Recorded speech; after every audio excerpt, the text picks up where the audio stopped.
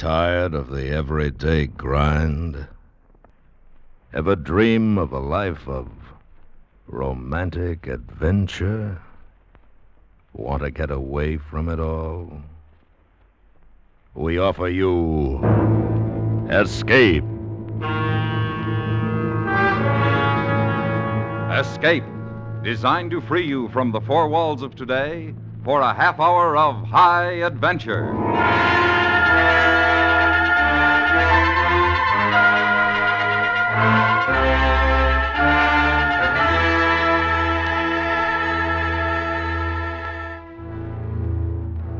You are alone in a giant forest, seeking a way of escape, while around you, gaining with your every step, the relentless enemy, which is fire, is closing in from every side, until there will be only one way out, and that way is death. So listen now as Escape brings you Anthony Ellis's exciting story, The Red Forest.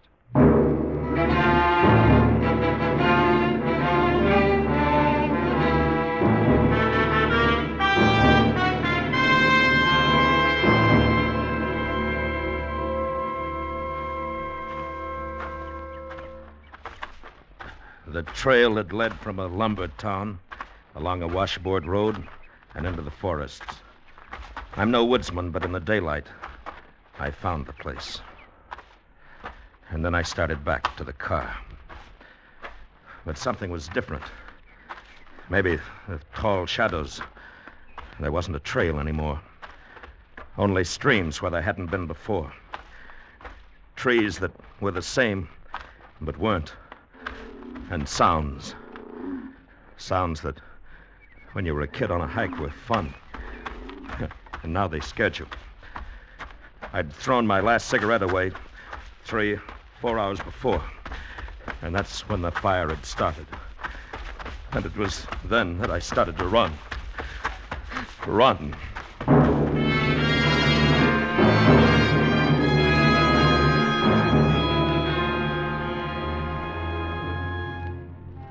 It was nearly dark when I found the road.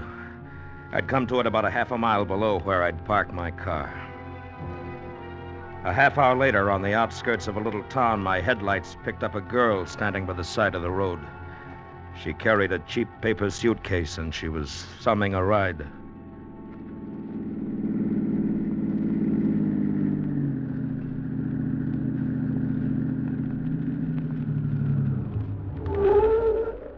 Can I get a ride, mister?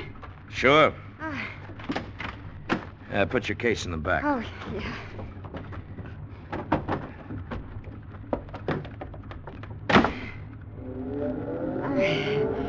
Not many cars on the road tonight.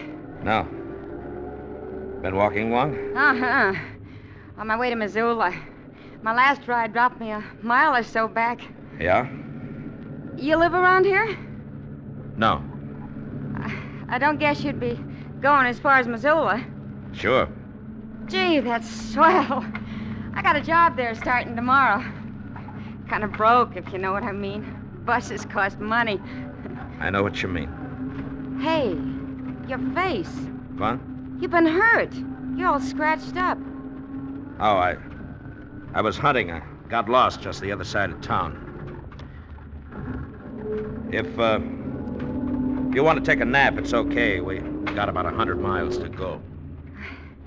Thanks. Gee, it's nice out here. Kind of lonely. Not much of a road. Smells good. I wonder what that is over there. What? Well, bright, like. See?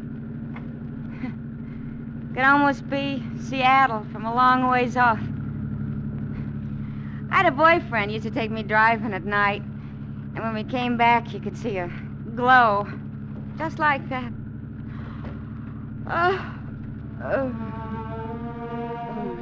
I knew what it was. That glow in the sky. It was on our right. And as the road twisted through the trees, it fell behind us. And then to our left. And then circled until it was straight ahead again. The girl had fallen asleep very quickly. I saw her face in the light from the dash. Thin, pretty, and peaceful. It was about 15 minutes after I'd picked her up that I saw the lights on the road, and then closer the figures waving.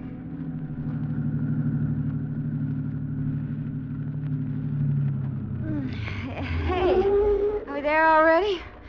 I just got to sleep. No, there's something wrong. There's a cop coming this way. What's the trouble? Plenty. We want you, mister. Wait, you want me? Flyer. Bad one. We gotta have every man we can find. We can use her, too. Hey. Well, look, I'd like to. Roll! Okay. Rowe's the forest ranger. He'll explain. Look, I'm sorry, but I'm on my way to Missoula. Not tonight, you're not. I've got authority to do this, mister. I'm sorry, but we need you. But I haven't got You the couldn't ti- get much farther anyway. The road's cut off. The mountain's gone up like a torch. If it spreads, there's 3 towns gonna go, too. Come on, I got some clothes and boots for you. Hey, what about me? I gotta get to Missoula. I got a job in the morning. Sorry, sister. You got a job serving coffee here. You cops. $5 a day. A day? Or longer. It depends. Let's go. There was nothing else to do, so I got into the clothes the ranger gave me and then stood around and waited. I wasn't tired anymore, just scared. Scared of going into that forest again. The wind came up a bit, and with it, the smell. Smell of burning. Smell of death. A long way off, but closer than the glow had been, we could see flickering against the sky. And it was in a lot of places. And then suddenly it was too warm and too quiet. All right, you guys. The telephone's burned out. I've made contact with a shortwave set. Mister, what's your name? Pindell? Pindell. Ever use one of these? What, a walkie-talkie? Yeah, sure. I was in the signal corps. Okay, you'll carry it. Now listen, this is bad. It's real bad. The fire's got behind us. We can't get any more men through here for several hours. They've got to come around from the other side. That's 30 miles. What's the use then? Let's get out. Crowbar. Yeah. I'm putting you in charge. You know what to do. Get in as close as you can to the river and set a backfire. Sure. I've got to stick here with the transmitter. I'll let you know what's happening. Sure, you stay here with a pretty girl, or we go and get fried. Shut up, Hanson, you'll have to go with them. 3's not enough. Sure. Well, the cop's gonna do some work. You better take for a along some change, food and canteens. Now step on it. Hi. Got a couple of sandwiches I made up. Here. Thanks. This sure is something, isn't it? Yeah. You scared? Scared? Why? Your face is white. You scared? I'm from the city. I know what you mean. Those trees give me the willies, too. Dark. Yeah, sure, that's it. You'll be all right. Listen, kid, if anything happens, you take my car. Here are the keys. What do you mean? Well, if I don't come back, keep the car. Here's the registration. You kidding? You're coming back. Yeah. So long. Hey, my name's Jan. What's yours? Wally? You be careful, Wally.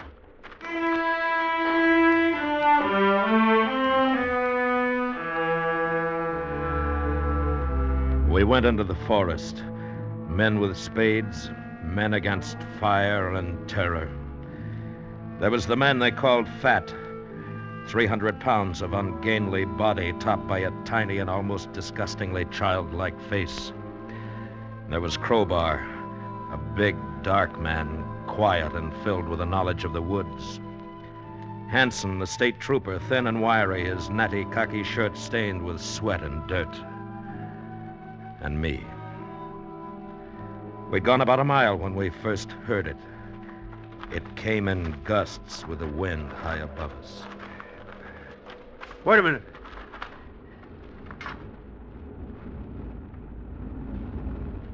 Holy... Shut up.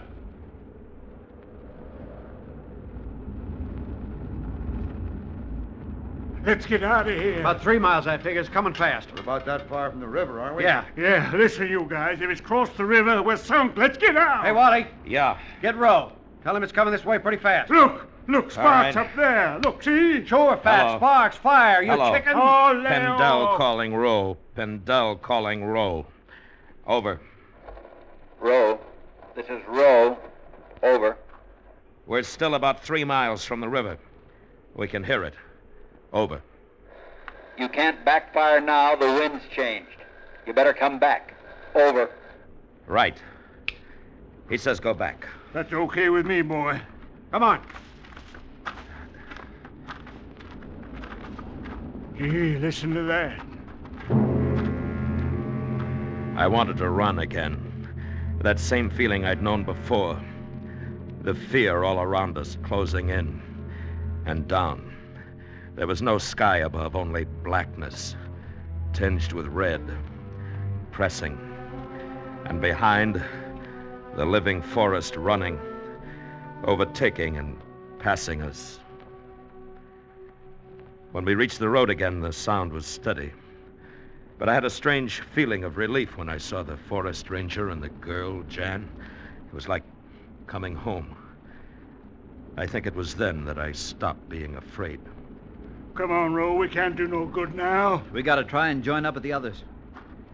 What do you mean? The fire's on 3 sides of us. That means we head southeast. Oh, can't we take the road back? No, it's cut off. There's 200 men trying to keep a path open for us. We've got to make 5 miles and in a hurry. Bad as that? It's worse. If we don't get there in time and they can't make a fire break, we're going to be smack in the middle, and there's not going to be any way out.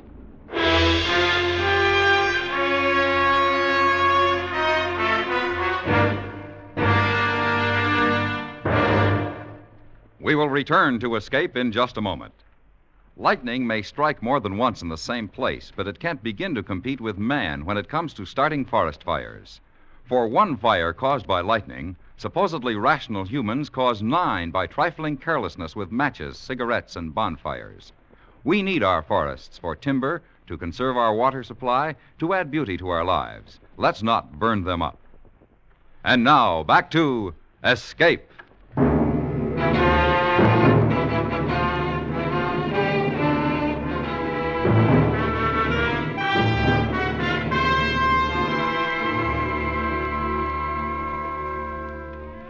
We didn't carry anything but canteens. It was hot, and because it was hot, it made you thirsty even when you didn't need water. The going was rough, and we could only head in what we thought was the general direction of safety. It was at the ridge that we lost the first man. Wind's changing again, Crowbar. Which way?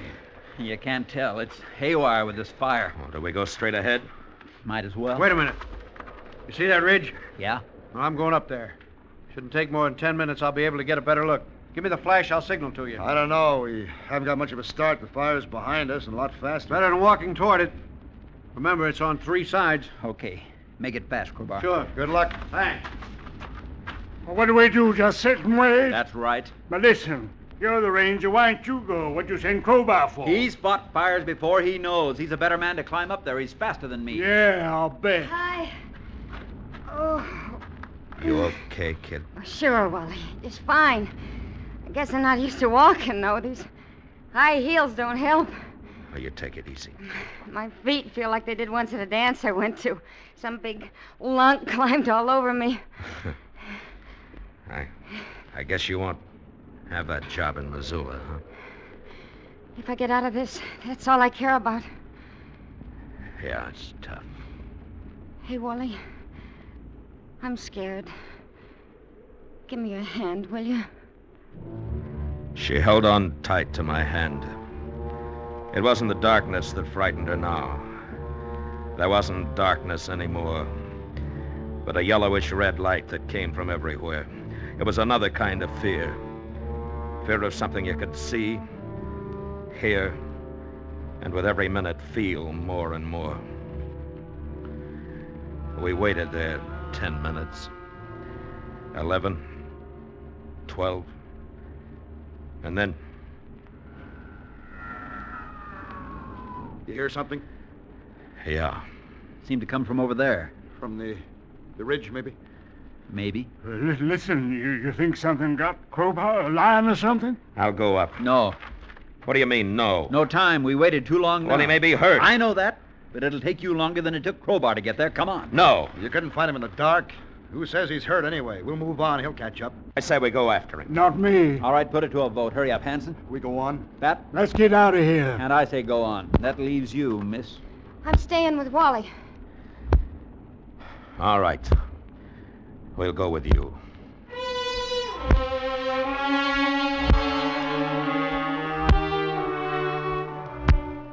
We never saw Crowbar again. Maybe a lion got him. Maybe he got lost. We never saw him again.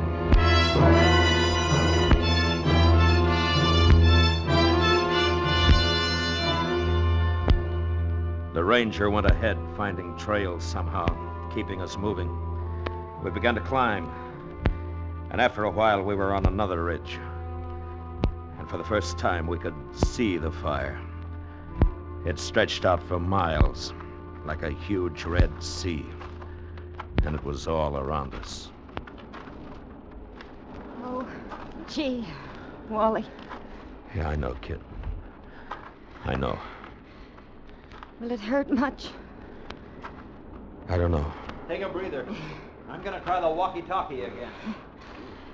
He's not scared, is he? I guess not. Is that because he's a ranger or because he's very brave? Jan, you're a funny girl. No, I'm not. Hey, What? Sure.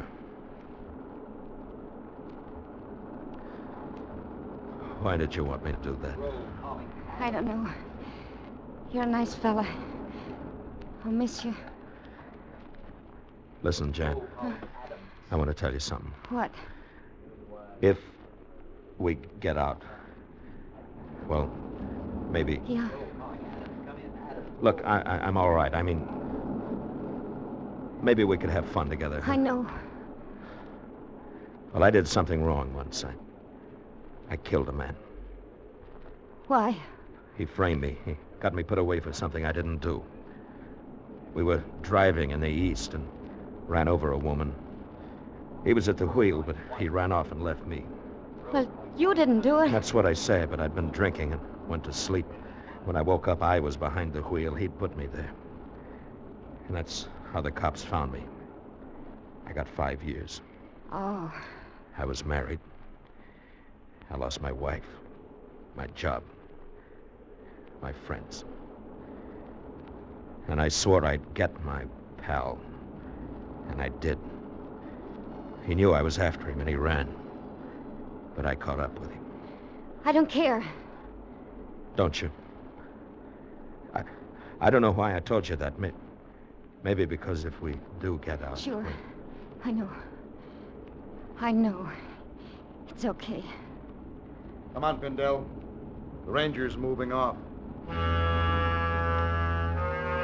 It was the state trooper, Hanson. I worried how much he'd heard, but there wasn't time to worry about it then. Rowe thought he'd seen a break in the fire, and we headed for it. When we got down in the trees again, I began to get a feeling that I'd been there before. It was nothing I could recognize, but just a feeling. A couple of 100 yards along, I knew why. Hold up.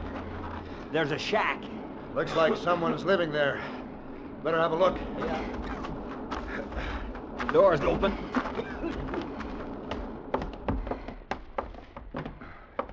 Hey. It's a man. Give me a hand here. Sure. He's been shot. Yeah, a few hours ago from the looks of it. You think the man who did this might have started it? Well, what do you mean? The fire. Started a few miles north of here. We figured somebody got careless with a match. But maybe it was the killer running away.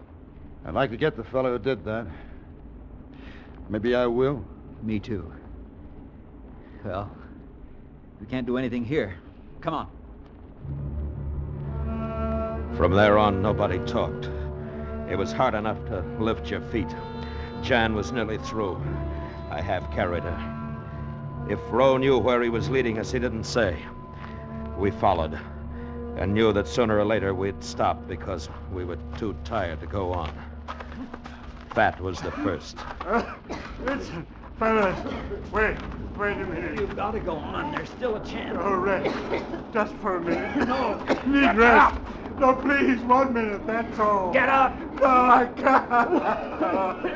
I can't. Okay, you stay here. No. Well, then come on. But I tell you, I can't. Well, I'm sorry. Catch up to us. Stay on the train. No. Come on, Jan. We're gonna leave him. We have to. No, don't leave me. The fellas are coming. Fellas, please, this way. Can we help him? Oh, we're almost dead ourselves. I can't. Fellas, please, wait. 1 minute, please.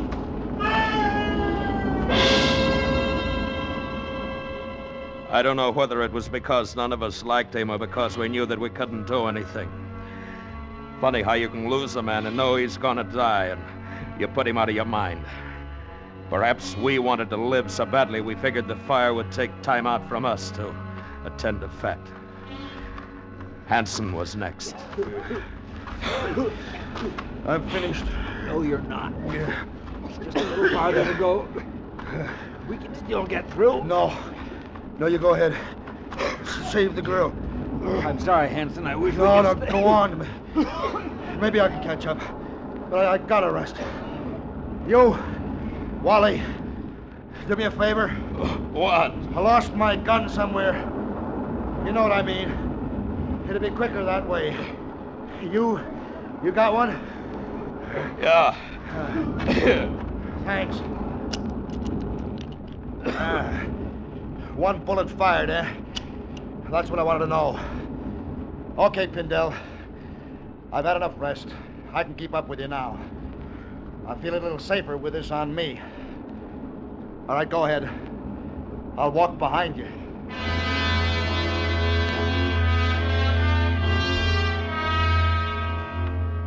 He knew what I'd done. But I didn't care now. It wasn't important anymore. Right now, all I wanted to do was get Jan out of this. What was that? It was behind us. It sounded like Hanson.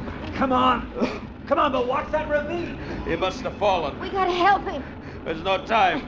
We got to. Oh, he didn't help Fat. Why him? I don't know. Please. All right, stay here. Hanson! Down here. But keep calling! Here. Over to this way. This way. Over here. Okay. Oh, my leg. Hey, can you get up? It's broken, I guess. Oh. Hanson, you know about me, don't you? Yeah, I know. I heard you telling the girl. She won't say anything. No, I guess not. The fella had it coming to him, Hanson. I wouldn't know. I'm a cop. Yeah. It's getting hot. Smoke. Here. Put your arm over my shoulder. No, you can't get me up there. Well, I can try. Come on.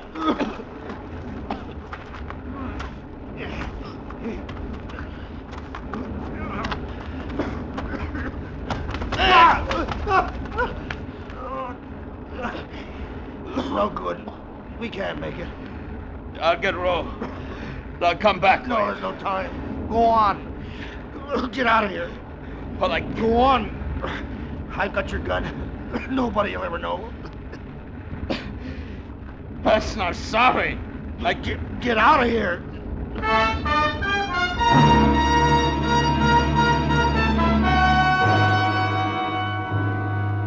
Somehow I made it up the trail again. I thought I heard a shot. Or maybe it was a burning tree going down. Jan was waiting for me. We caught up with Roe and went on until the trees began to thin out. And we heard the shots of men. And I don't remember anything else. Because I passed out for a long time.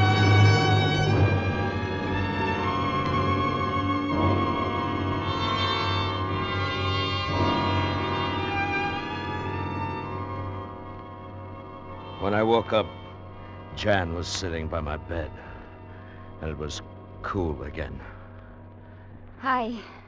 Jan, did they get Hanson out? No. No. Listen, Jan, about what I told you back there. You know, the man I killed. Yeah. Well, I'm not sorry. I mean, it was all right about him, but not Hanson, Crowbar, and Fat. That was my fault, you know. Yeah. Well, I want you to call the cops. No. Now, listen, I've been dreaming about it. It's no good. Now, be a good kid and call the cops. I don't will you? have to. They're outside in the corridor. What do you mean? Rose sent for him. You told what you did while you were unconscious. I told...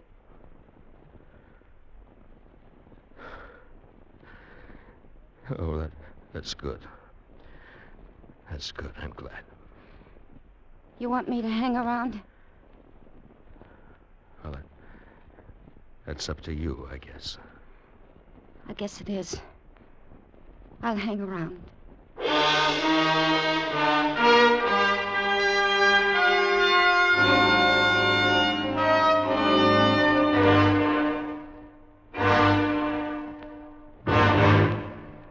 Escape has brought you The Red Forest, written and directed by Anthony Ellis, starring William Conrad as Wally and Georgia Ellis as Jan. Featured in the cast were Parley Bear, John Daner, Jay Novello, and Tom Tully. The special music for Escape was composed and conducted by Leith Stevens. Next week.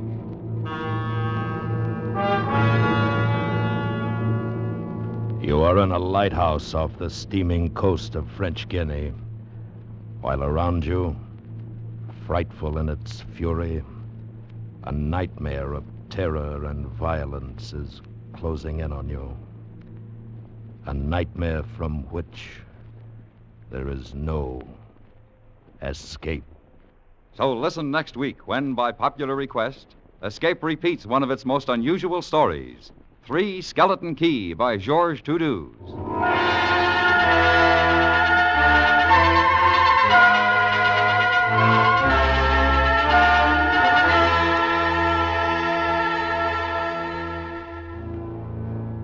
Those favorites of millions, yours truly, Johnny Dollar, and Mr. and Mrs. North, make for highly exciting listening as Johnny prowls the world for adventure and the Norths meet murder merrily.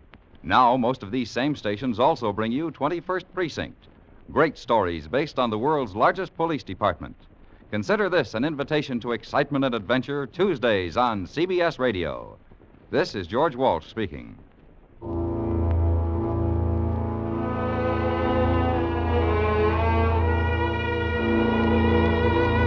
And remember, Gene Herschel stars as kindly Dr. Christian every Wednesday evening on the CBS Radio Network.